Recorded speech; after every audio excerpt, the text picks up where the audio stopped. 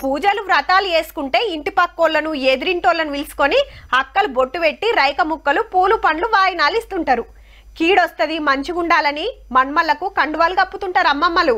మన్మరాళ్లకు గాజులు పెట్టి గౌన్లు గుట్టిస్తుంటారు. ఒక్క కొడుకున్నోళ్ళు 10 మంది దగ్గర పైసలు తీసుకొని గాజులు పెట్టుకోవాలని ఇట్లా బొచ్చడు. అయితే ఇప్పుడు ఒకటి కొత్తది వచ్చిందుల్లా.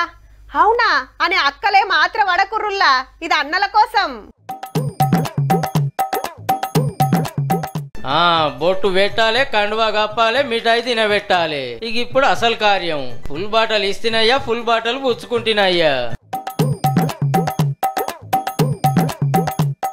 అరేవా, తేడాలు రావద్దని ఒక్క తీరు మందే తెచ్చిర్రంటే మీరు సూపరే. ఒక్కొక్కటి 2000 బాటలు. మరి అరే గిల్లు థమ్సప్ బ్యాచ్ ఉన్నట్టు కదా, బాదం బాటలు ఇస్తున్నారు. ఇటుకెళ్ళి 2000 మాలు పోతే అటుకెళ్ళి 20 రూపాయలదే.